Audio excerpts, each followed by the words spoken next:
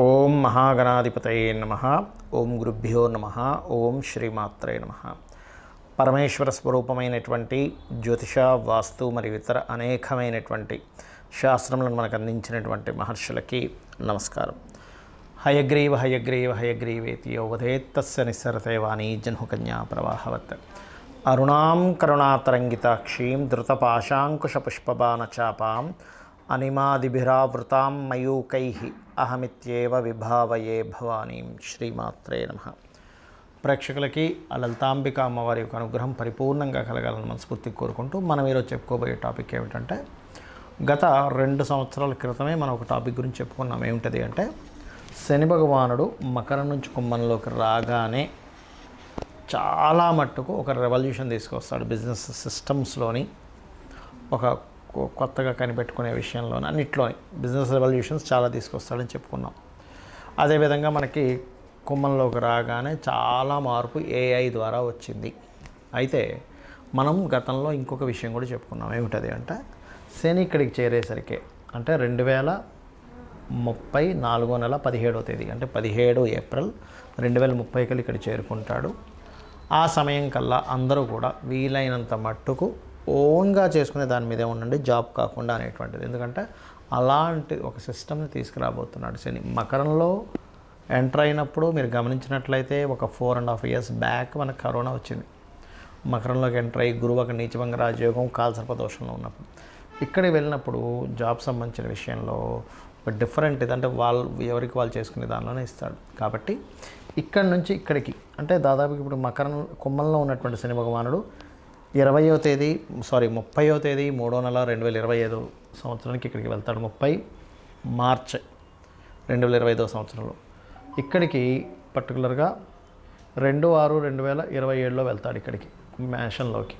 So ఈ రాసులు మారినప్పుడు ఏ లగ్నం వారికి, లగ్నం తెలిస్తే లగ్నం తెలియని వారి రాశి వారికి ఏ విధంగా ఉండబోతుంది 2030 వరకు అనేటువంటి విషయాలు చెప్తుంది నేనైనప్పటికీ కూడా చెప్పేస్తుంది సాక్షాత్ లలిత అమ్మవారిగా భావిస్తూ ఒక్కొక్క లగ్నం నుంచి, లగ్నం తెలియని వారి రాశి నుంచి చూసుకుందాం.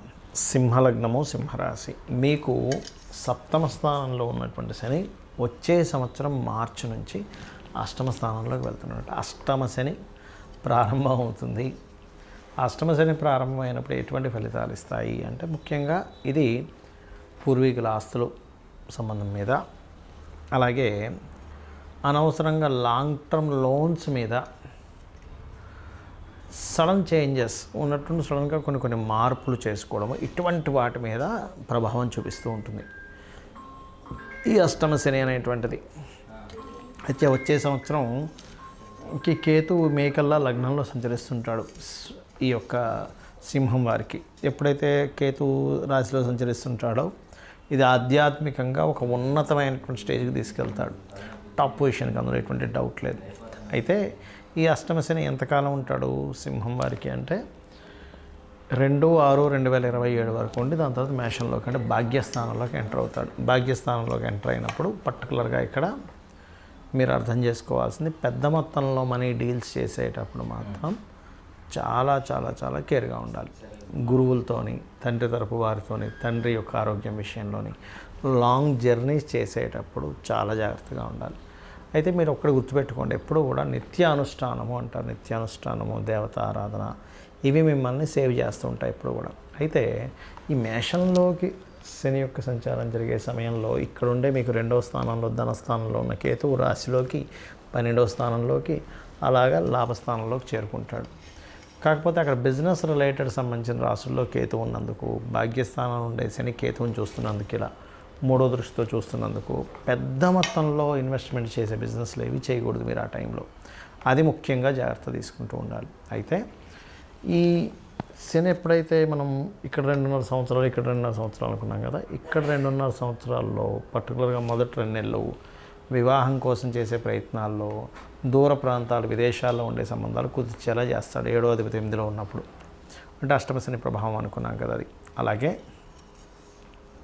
ఇక్కడ ఏంటంటే, ఎప్పుడైతే ఈ శని ఇక్కడ ఉంటాడో పనులు లేట్ అవుతున్నా, కొన్ని ఆకస్మికమైన మార్పులు జరుగుతున్నా ఫైనాన్షియల్ గ్రోత్ మాత్రం ఇస్తాడు శని అక్కడ. అందులో ఎటువంటి సందేహం లేదు. ఎందుకంటే అది గురురాశుల్లోకి ఎంటర్ అవుతున్న శని. ఈ గురురాశుల్లోకి ఎంటర్ అవుతున్న శని ప్రపంచవ్యాప్తంగా కూడా అనేకమైనటువంటి ధార్మికమైనటువంటి విషయాల్లో కొంతవరకు కొన్ని మార్పులు చేర్పులు, ఈ మనం చూడండి ఎన్విరాన్మెంటల్ రిలేటెడ్ సంబంధించిన విషయాల్లో మార్పులు ఇట్లాంటివి కూడా జరుగుతాయి, అందులో ఎటువంటి సందేహం లేదు.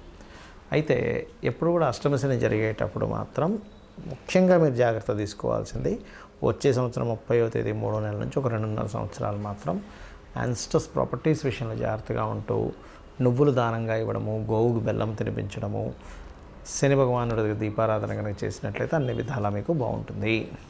ముఖ్యంగా ఇక్కడ చాలామందికి జాతకాలు ఉండవు, డేట్ ఆఫ్ బర్త్ ఉంటే టైం ఉండదు, ఇంకొంతమందికి అసలు డేట్ ఆఫ్ బర్త్ కూడా ఫీడ్ అయి ఉండదు. అంటే ఎప్పుడో రాసి ఉంటారు, ఎక్కడో పేపర్స్లో ఉంటుంది, పోతుంది, కొంతమందికి గుర్తుండదు. అలాంటి వాళ్ళు ఏం చేసుకోవాలి, సర్వసాధారణంగా అర్ధాష్టమ శని, అష్టమ శని,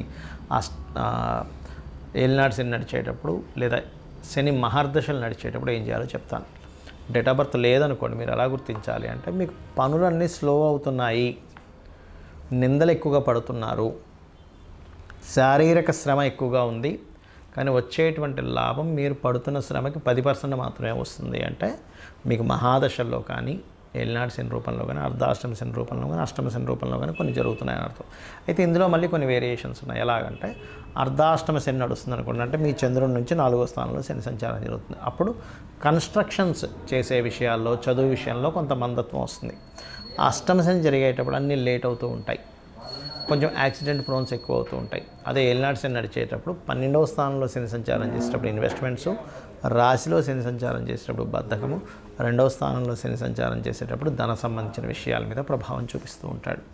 అయితే ఇక్కడ మీరు ఒకటి అర్థం చేసుకోవాల్సిన విషయం ఏంటంటే, ఎప్పుడు శని సంచారం మీకు వచ్చినా, అంటే శని కర్మకారకుడు కాబట్టి అతను తిట్టుకోవడము, శని బాలేడు అనుకోవడము కాదు, శని భగవానుడు నాకేదో నేర్పించడానికి వచ్చాడనేటువంటి భావనతో ఉంటూ ఖచ్చితంగా మీరు చేయవలసింది ఏంటంటే, ఇక్కడ ఒకటే గుర్తుపెట్టుకోండి, మీరు నిద్రపోవడం చేయకూడదు ఎక్కువగా. ముసలి వాళ్ళు, స్త్రీలు, చిన్నపిల్లల విషయాన్ని మాట్లాడలే, అనారోగ్యంతో ఉన్నవాళ్ళు లేదా బాగా ఏజ్డ్ పర్సన్స్, స్త్రీలకి, చిన్నపిల్లలకి ఇది ఎగ్జంప్షన్. మీరు యువకులు ఉండి ఆరోగ్యం అంతా బాగున్న వాళ్ళు మధ్యాహ్నం కనుక నిద్రపోయారా, శని యొక్క ప్రభావం నెగటివ్గా ఎక్కువ ఎఫెక్ట్ పడుతుంది మీ మీద. రెండవది వాకింగు, జాగింగు, ఎక్సర్సైజు, శారీరక శ్రమ సంబంధించినవి ఎక్కువగా చేయాలి, అప్పుడు దాని ప్రభావం మీ మీద పడదు. ఇక మూడో విషయం ఏంటంటే, ఇక్కడ మీరు గమనించవలసినటువంటిది, మీకు దగ్గరలో అంటే మీ చుట్టాల్లో ఏజ్డ్ పర్సన్స్ కానీ, మీకు ఏదైనా పనిచేసే వాళ్ళకి కానీ ఆ రూపంలో అంటే కార్మికులు, కర్షకుల రూపంలో శని భగవానుడు ఉంటాడు. వాళ్ళకి ఏదైనా హెల్ప్ చేయండి, వాళ్ళు సంతోషపడడానికి ఏదో చిన్నపిల్లలకి ఒక చాక్లెట్ కొనివ్వడం, ఏదో ఒక షర్ట్ కొనివ్వడం, ఏదో ఒకటి చేయండి, అప్పుడు శని ప్రభావం నుంచి బయటపడతారు. అయితే ఇలా ఉన్నప్పుడు గోచారపరంగా మనకేంటంటే, శని భగవానుడు ఇక్కడ ఉన్నప్పుడు రెవల్యూషన్ తీసుకొస్తాడని చెప్పాను, కానీ ఇక్కడికి వచ్చేసరికి ఏంటంటే ఎవరికి వారు దేశంలో, ఇప్పుడు చైనా లాంటి దేశాల్లో చూడండి, ఎవరికి వారు ఇంట్లోనే ఒక చిన్న కర్మాగారంలా ఉంటూ ఉంటుంది.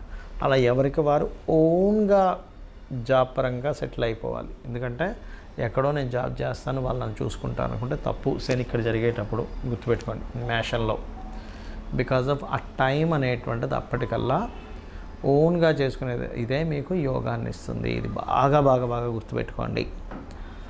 అప్పటికల్లా సిచ్యువేషన్స్ చాలా మారుతాయి, టెక్నాలజీస్ ఇంకా మారుతాయి. ఎంత టెక్నాలజీస్ వస్తున్నా మనిషి యొక్క అవసరం పడుతూ ఉంటుంది, కానీ ఈ విషయంలో కాస్త జాగ్రత్తగా ఉండండి. నువ్వులు ముఖ్యంగా దానంగా ఇవ్వడం, అందులో ముఖ్యంగా తెల్ల నువ్వులు, నీలం వస్త్రము దానంగా ఇవ్వడం, గోవులకి బెల్లము, గ్రాసము లాంటివి తినిపించడం, వీలైనంత మట్టుకు సుబ్రహ్మణ్యేశ్వర స్వామి, ఆంజనేయ స్వామి లేదా లక్ష్మీ నరసింహస్వామి ఆరాధన లేనట్లయితే కొన్ని శక్తిపీఠాలకు వెళ్ళి రావడము, ఇవి ఎక్కువగా చేస్తూ ఉండండి. ఇవి ఎంత చేస్తూ ఉంటే మీకు ఈ శని భగవానుడి యొక్క అనుగ్రహం అంతా కలుగుతూ ఉంటుంది.